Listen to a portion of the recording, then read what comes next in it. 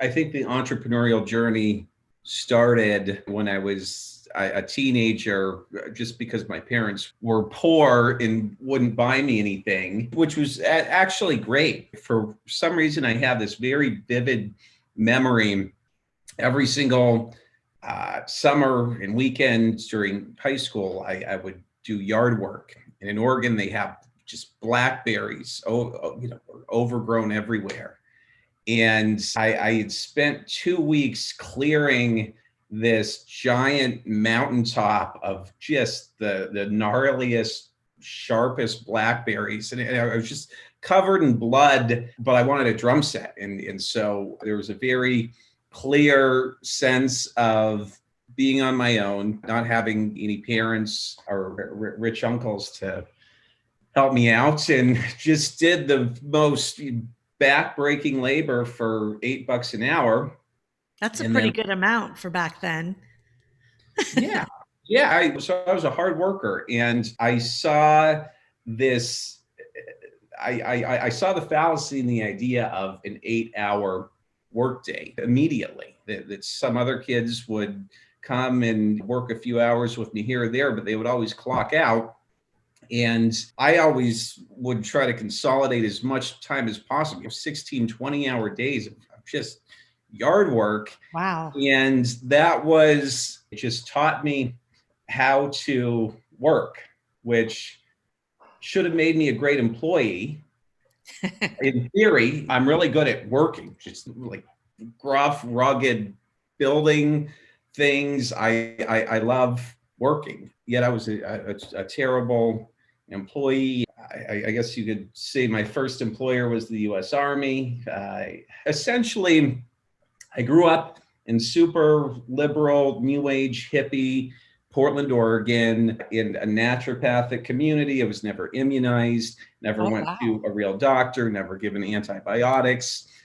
And the idea of wealth or success was somewhat indirectly demonized. I grew up with this hostility towards anyone who would happen to be a little bit more conservative than I would like, anyone who had a nice car, and I just had this really immature rhetorical response to wealth being ill-gotten, not the product of work. And I bumped around in my early 20s, and I was always doing little entrepreneurial things that obviously in retrospect were the foundation of what we're doing now. When I graduated college, I directed a pilot called Nick Bradley Might Be an Alcoholic in Portland, Oregon for $4,000. And this was semi-autobiographical after I got drunk and threw a beer bottle through a fraternity window, and it was a whole to-do. And you were And interested in film at that time, right? I mean, yeah, obviously you did this project, but film must have been on your mind before this. it was the summer before this senior year of college where I transitioned from going to be a lawyer. I met the first rich person of my entire life, a woman named Danielle Alexandra. She was the writer and executive producer of G.I. Jane, if you remember that Uh-huh. movie. And I took really the first sort of audacious step of my life. She was volunteering at a summer camp because her child wasn't comfortable staying overnight without his mom there. So she was there for weeks. I was a camp counselor, and we developed this friendship. I asked to see one of her scripts. I was bold. I gave it back to her with a ton of Oh my notes. God. And within 3 weeks, I was in the south of France on a 200-foot yacht with a bunch of writers working on a rewrite for a pilot she'd sold to Touchstone Pictures or something. And so this was really the first culture shock. It wasn't just, oh, I met a rich person. It was, we're being served by, there's more crew than there are guests on the 12-bedroom yacht. And it was such a a confusing experience because we're on the French Riviera, and as far as the eye can see, there's just these mega yachts and sailboats and just the wealth. I always had this idea of the demonizing the 1%, but I never realized until then that, oh, the 1%, that's actually still a lot of people. I came to Los Angeles. I left Portland. I wondered if that was your gateway to Los Angeles and also your gateway to sailing. So tell me about that. You came to LA because So I'd written and directed a pilot for $4,000 in Portland, moved to Los Angeles within 6 months. I had an agent in ICM. Dan Fair was our manager, just executive produced Ready Player One. I had age like life was happening. The way that it's not supposed to happen happened very quickly. And in a few year period, what I did, I wrote, directed 3 pilots, got hired to write a script, did a commercial. But then, do you think writing for you is like a superpower, or the ideation and the creativity of a storyline? yeah, What was so, your biggest talent there? so the, it's so fascinating you bring that up, because probably the thesis of the past 8 months has been storytelling. And if you look at everything I've done in life, it's been a reaction to what happened right before. And so I wrote, directed a pilot because I got about a guy that may or may not be an alcoholic who had all this responsibility thrust on him. That was reaction to my experience there that took me to the next step. And at that point, I ran out of money. Not like I was broke. I literally had no money. I had no car. I was riding around on a bicycle, and I had $11 in my bank account with no money coming in, no checks waiting to clear, no job. Where And were you living at that time? I was getting kicked out of this mansion in Brentwood that I was house sitting for 2 years, that this producer owned, because she moved to London. So it was great. My one responsibility was to make sure the dogs didn't get out. The dogs got out on San Vicente Boulevard, got hit by a car, and I was kicked out. No money, $11 in my bank account. Shit. Okay. What to do next? And that was the boring story. Got into property management, got a free apartment, but that was the transition where I stopped being an artist completely unintentionally. I woke up 3 years later and hadn't put a pen to paper. I had previously thought that you're an artist. There's this idea that you have that you could never possibly be happy or content doing anything else. As an artist, for me, that's all I thought I'd ever do. Period. End of story.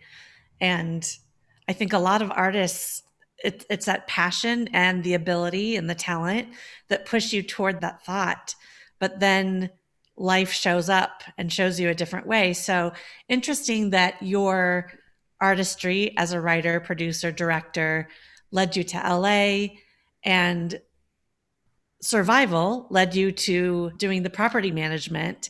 And then you put it together, and that's Upstart. And you started Upstart Creative, which is a really cool endeavor. We can talk about what's going on with that after you explain what it is, because it is really cool, and it is informing you of your next entity, which I can't wait to talk to you about. Yeah. So in reaction to the experience, wow, you wake up with it, giving up on your dreams is one thing, but accidentally giving up on your dreams, like it was such a, my gosh, I woke up 30 years old and I hated my life. I was becoming a boring Los Angeles real estate guy, renting apartments, and I was making money for the first time, but I was killing myself working. it was a work to play sort of thing, just living for the weekends. And this is, it was this epiphany about how real estate essentially was making people give up on their dreams. And this narrative, you hear the phrase housing crisis, and it's so rhetorical, it doesn't really mean anything. But the insidious thing about it is when rent is high and you are a young person in this very vulnerable, important, exciting time in your life, where you essentially have to sell your labor, your time, just to pay your landlord. And so the idea was, how could your home empower your dreams rather than prohibit them? And we introduced the Japanese sleeping pod to the US market. Just everyone thought we were crazy. And where did you come to that idea? How did you know about that? The Army. When I was in the Army, I slept in a barracks with 102 other guys in bunk beds. And I had this, always had this thing in the back of my head of, I wish there was just a giant warehouse that wasn't full of homeless people, that was like full of cool people, like pursuing their dreams, who wanted to spend the absolute minimum amount of money on rent and dedicate their time. And so the Japanese sleeping pods, we started with bunk beds, but then I built the pods myself, 5 generations of them. And what Upstart grew into was, so the mission was to empower young people to invest their time and money in themselves rather than their rents. And we did that by building these hyper affordable pod-based co-living communities that were built around shared interests. So there's curation. You had to be an artist, actor, musician, filmmaker, DJ, pursuing a career in the arts. And it was so much fun. The cool broke kids, that's our demographic. So during this time, Jeremiah, you have created something really cool. It's the answer to what your problem was before. But what were you doing beside that to be creative? Were you writing at this time again, or no time for that? I mean, I was doing nothing creative. And this was the explosion of excitement, was transitioning from this mindset of I would never be happy doing anything but being a writer director, because that was my creativity, to finding entrepreneurship, which it's not 100 times, it's 1,000 times more rewarding and satisfying for me. To me, entrepreneurship, it's that's cool to hear you say, because a lot of people ask me, when are you going to perform again? When are you going to create another record? Are you going to go on tour?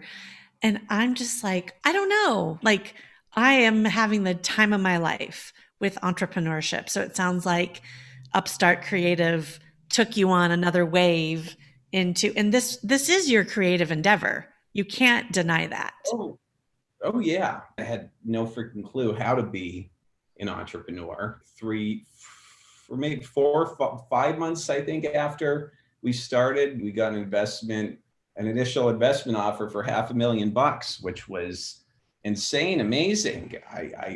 We thought my life was. Did you go out for venture capital or angel, or did someone just approach you? I had no idea that this was coincidentally the owner of the summer camp where I met the Hollywood producer that I went on the yacht with. Just did a weird, crazy series of events. And now he's one of my best friends and mentors. But it was the epitome of a green entrepreneur. He loved the idea. He wanted to invest. And then it came time for due diligence. And they said, great, could we have a P&L? A P and what? Or a profit and loss, or a balance sheet. You just export it. QuickBooks, bank statements. Can we see your company bank account? I was like, I'm just using my personal account. So everything was completely commingled and terrible. And we made it about 2 seconds through due diligence. Okay, you guys are definitely not ready. That is one of the questions I was going to ask you later, but I think we should talk about it now. Is how did you learn the ropes of running a business, from financial reports to hiring, firing, culture, scaling, growing? Are you still learning on the job, or did you get educated in a more formal way along the way? So the biggest transition happened when we brought in a guy named Jeff Zuckerman is our COO. What people saw in Upstart was a disruptive, new, scalable idea, $1 billion idea, but it had a completely inexperienced entrepreneur. And Jeff Zuckerman came in as our COO. He was the founder of Pizza Rev. He was an entrepreneur guy. He had a successful exit under his belt. And he was really the one that taught me how to be a CEO. And that, to me, that's the distinction that the overwhelming majority of entrepreneurs I talk to, especially in EO, don't get that or understand that at all. You're a business owner, you're an entrepreneur, but a CEO, that's something very specific, and you do something very specific.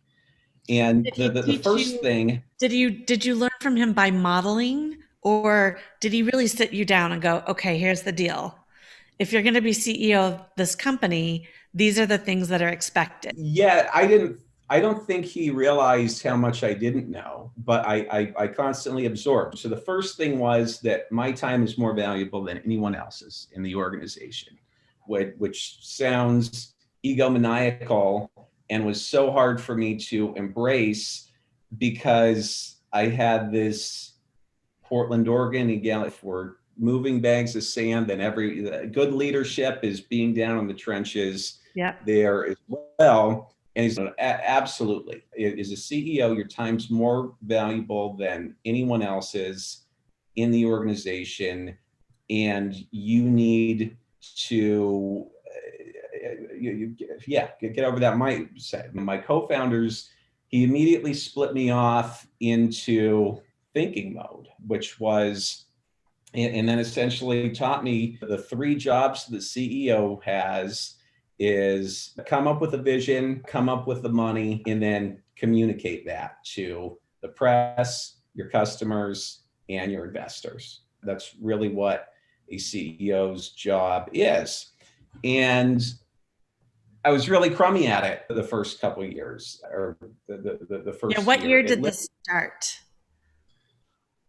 Let's see. So this was 18. Let's call it the year before the pandemic was the professionalization, a full 12-month period where we had an executive team, an experienced executive team come on board, a chief real estate officer and a COO that professionalized the organization, made SOPs, wrote a 300-page operating manual, systematized everything so we could scale to other cities. And the opportunities kept coming, except I was incapable of doing the things that were required to close any of them. Mm-hmm. And at this point, a year before the pandemic, how many places did you have? Yeah, so we got up to 8 places, about 3 million in revenue, and we were getting ready for a Series A. Were you profitable? We grew with our own revenue. I never took any significant salary at all, and we just kept plugging the money back in. And we would essentially, 350,000 of friends and family money in debt, we grew to 3 million in revenue, which people thought was cool. And so coming, full circle back to your idea of storytelling and communication, the biggest Achilles heel that I had as an entrepreneur, which I've since overcome and has just completely changed my life, was the ability to tell a business story concisely when you're not in the room, basically. That I can always sell the dream and talk to a room full of people, but we had we got a term sheet a year before the pandemic, $10 million term investment, like a 30 million pre-money. I forget if it's pre or post, but like life-changing dreams come true type of thing. Yep.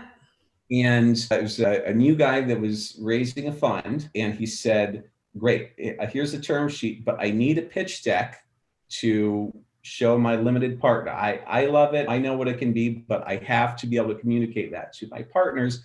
I need a pitch deck. And literally it took, I swear to God, 9 months to create the Wow, pitch. really? We At this wasted time, yeah, $10,000. Oh, Jeremiah, you're going from having no idea what a pitch deck is to making a pitch deck, like addressable market, I don't know, competitive advantage, like that was really, really hard for me. And it essentially, in retrospect, destroyed the company, because we had a full year when there was capital on the table. Everyone thought it was a brilliant idea. And I couldn't just get over my hangups and learn PowerPoint. It was literally that simple. I didn't know how to use PowerPoint.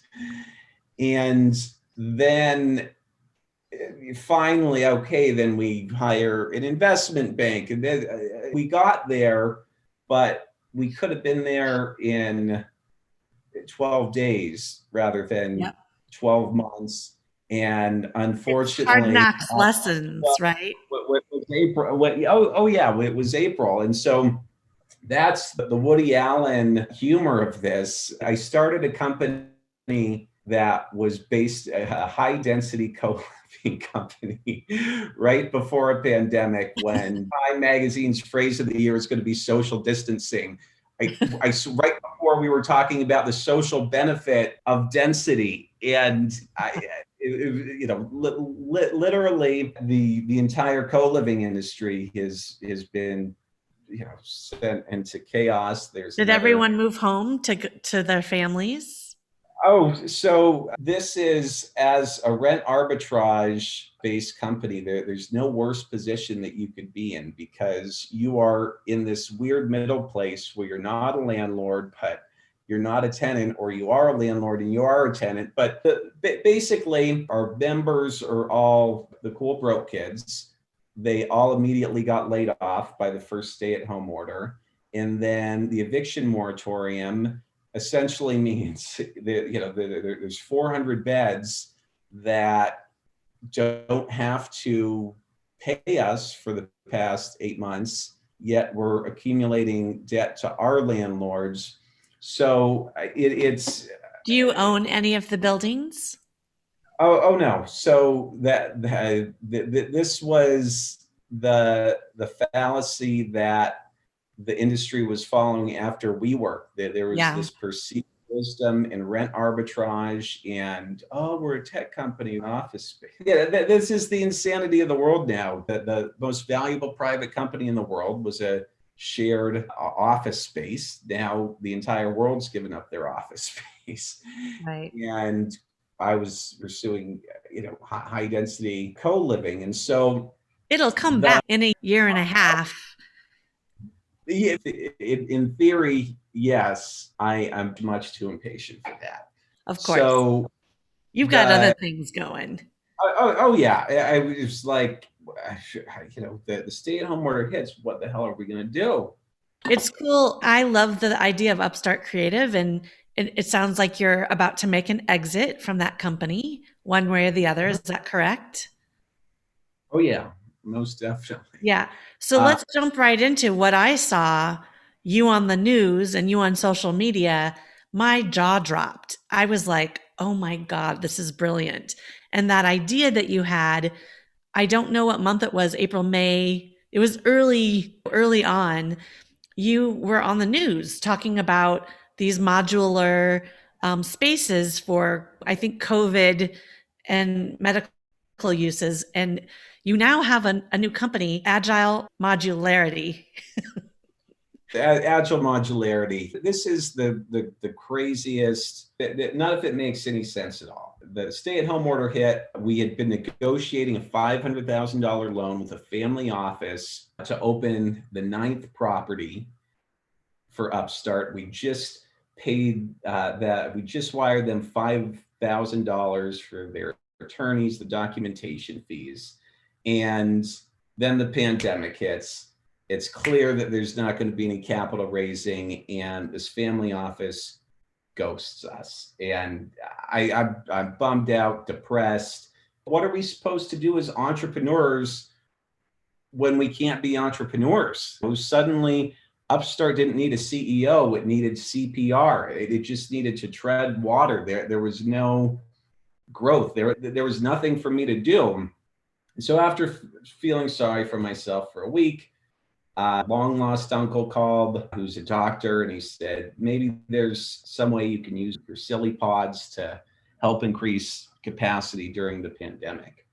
I woke up in the middle of the night, started scratching some pen drawings, and then it was crazy that it took me 8 days to finally get a hold of this family office guy that was ghosting us. Got on the phone with him, and I was like, no, don't worry about the $5,000. Don't worry about the loan. Why would you give us a loan? I have something big. I have an idea. And what we did, changed the concept of the Japanese sleeping pod to be a negative pressure isolation unit for COVID patients, because they were imagining thousands of people were going to be in stadiums as patients dying. We needed a way to separate their germs. And somehow, 8 days after the idea, raised $300,000, no pitch deck, just based off of a napkin drawing. And this started the modular concept, basically.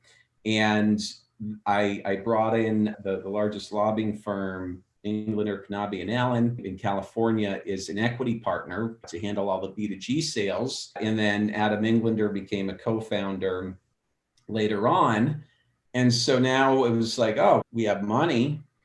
We have lobbyists. These guys play, golf with the mayor sometimes. That feels like a grown-up thing. Like, in contrast to Upstart. And then as they were talking to the city about our negative pressure pods, they said, these are great. Can you do something for homelessness? Because every single rec center is being converted to a homeless shelter in Los Angeles.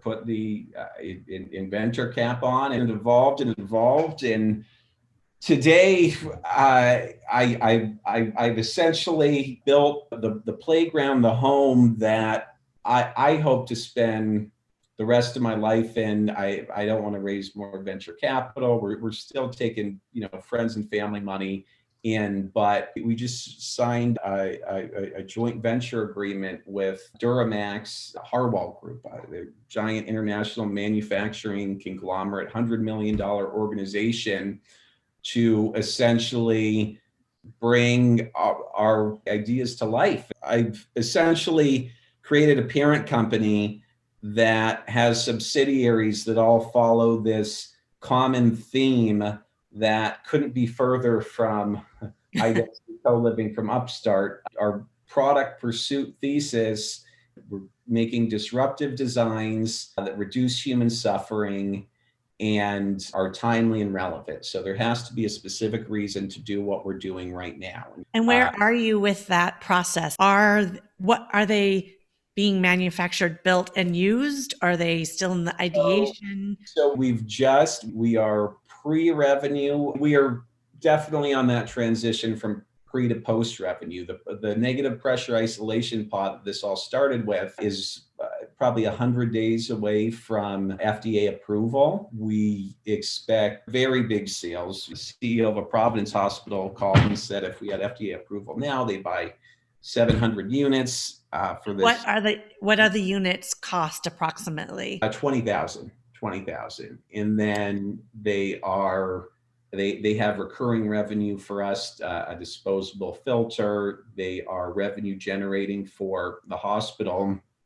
And that bigger picture, that this idea of coming back to storytelling and decks, as soon as we got spread with two product verticals, homelessness and medical, it became very hard to communicate to people. It's, wait a sec, it's violating the first rule of business and entrepreneurship. You pick one thing, you go after that. You can't go in all these directions. Fundamentally, that's what I wanted, though. The whole time I was at Upstart, I always wanted to do the next thing, the next thing, the next thing, and it would never work. And so with Agile, the idea was to create an organization with the resources to empower these big ideas very quickly. And through the joint venture partnership, we can build anything, essentially anything we want. Amazing to hear you talk. So the storyline went from Portland, Oregon, shunning wealth and money, realizing that you can actually do good with money and that people can be good people with money. You put away your dream because of practical reasons. You had to go in and get a quote unquote real job that led you to Upstart, which is, I think, just a great entity. And then pandemic hits and it just kicks your butt. And now you're using the words FDA approval. Honestly, it's a great therapist. I never patented anything, and then suddenly and it's like, oh, I'm going to start inventing things. Yeah. What is the And most pressing challenge right now for this new venture? so transitioning into a sales organization, which literally within a matter of 10 days. Now, it's obviously overwhelmingly frustrating getting a phone call from the CEO of a Providence hospital saying that, when can I buy this? I want to pay you $14 million and you can't legally sell it because it's an FDA approval. That's really frustrating. Now, simultaneously, we had just, with Duramax, they're the Home Depot shed guys. They're the largest manufacturer of storage solutions in the country. And they're making our homeless. It literally 14 days ago is when the realization came of we could combine the two things. Our negative pressure pod goes inside of a hospital, and so it's considered a medical device that needs FDA approval. Our homeless shelters are obviously not, but what the hell are you going to do with those? Now, again, woke up in the middle of the night, completely redesigned the homeless shelter, and now we have these rapid deployment modular cubes, essentially, that are symmetrical and can be put together like blocks in literally any configuration you can imagine. So and they're 120 square feet each, which is the average size of a hospital room. And if you literally want to build an entire hospital with these things, you can. They move around on forklifts, 4 of them fit per flatbed truck. You can literally scale capacity immediately anywhere. And the idea is to not put COVID patients in them, although you can, but we early on in the past 2 weeks realized that there's an inefficiency between sort of having the infirmary tents outside and your COVID and med surge ward inside. And so the way we see these being used is your bumps and bruises, your business as usual, your stitches, move all of that outside. And these are sexy, sweet, like you would want to go to the doctor in one of these. And then essentially turn your entire hospital into an ICU. And now the public doesn't have to enter, or the healthy but injured public doesn't have to enter a contaminated hospital during a pandemic, exposing themselves to risk, and you get an increased efficiency among your hospital staff. We went from this organization that was not sales focused, that was essentially R&D. Okay, we got 100 days on the FDA, and then the homeless units, that's a B2G play. The lobbyists are doing that. That's an unhurried 3 to 12 month sales cycle for a given PO. Now, within a matter of days, because of the partnership that we created, we can literally manufacture immediately. And our production capacity, we can increase the US healthcare capacity by 0.8% in 90 days if we max out our production capacity.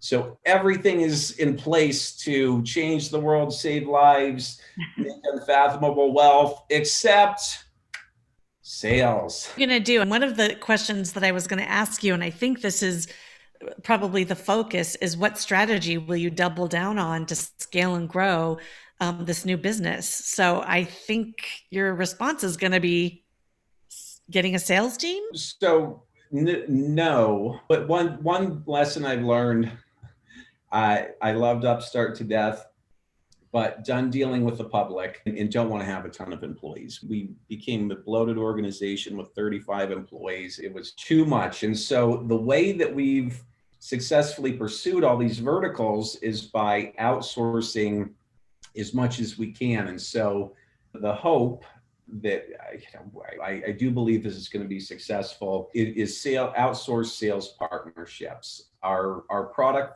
thesis, it relies on a low number of high volume customers for a high price point items that are relationship based. Between all the verticals, the lowest price point we're going to have is 5,000. The highest one is 50 grand.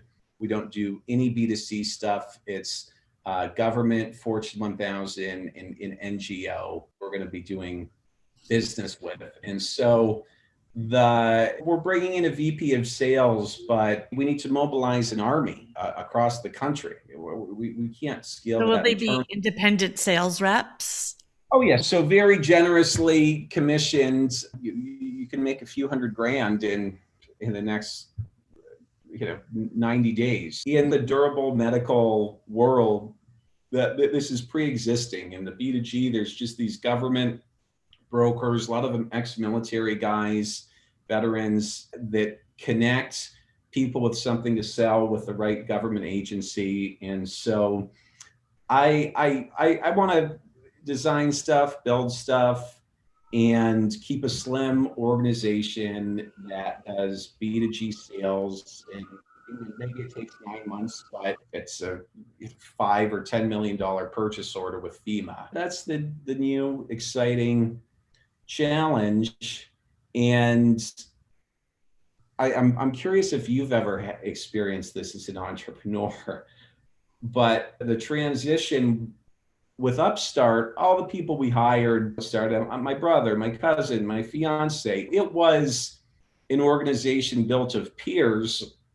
Whereas Agile, from the beginning, every single person in the organization coming in with stock is richer than me, more experienced than I've checked out the website and I was like, wow, Jeremiah, you're in deep, and it looks like you're in good company. This is the joy of entrepreneurship. It's taking that mentality from Portland, Oregon, from being a kid of rich, successful people are bad, but the successful people I know, smartest, most engaging, most generous people, and just being around them, absorbing that wisdom is such an incredible growth experience. To me, like, that is now the thesis of life, is just growth. The most important thing anyone ever said to me about entrepreneurship was actually someone from our chapter, Trevor Henson.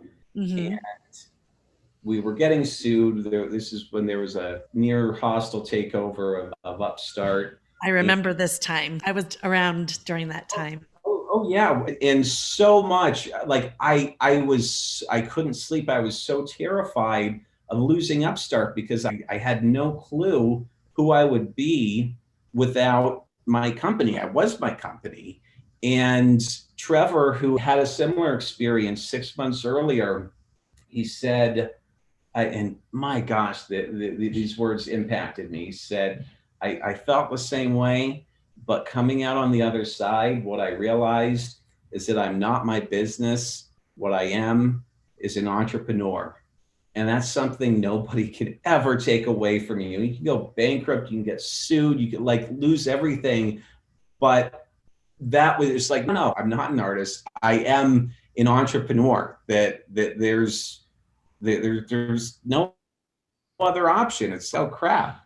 The COVID breaks out, pandemic I can't sit there for 12 months. It gets there for 12 days. We have to do that. That's what you're doing.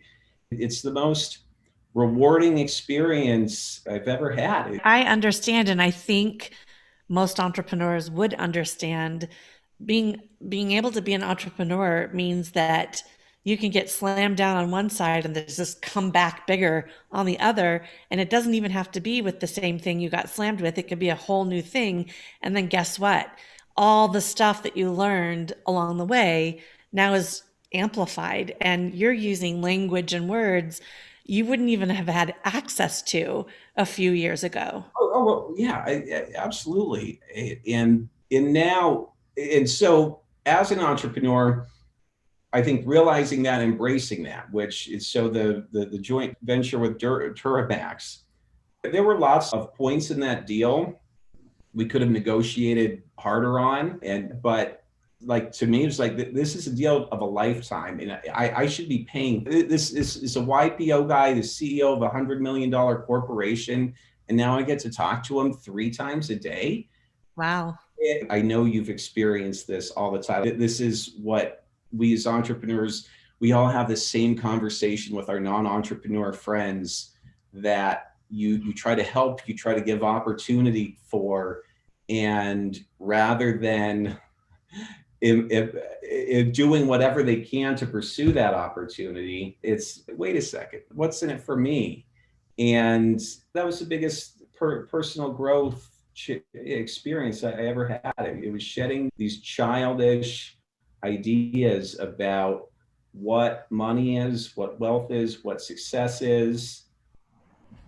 And I, again, it's a year of therapy. I got to the point where the therapist said to me, "You don't give a shit about money."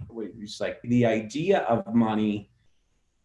Conceptually, yes, money is a good thing. You want to do that, but as an entrepreneur to talk, like it's not the money that comes in or No. doesn't come in. That's not the rewarding thing. Like that's the check mark. Yeah, for me, I think I have enough money to do what I want to do. And I live a pretty modest lifestyle. But for me, the biggest payout is I get to do whatever I want to do pretty much all day long, every day.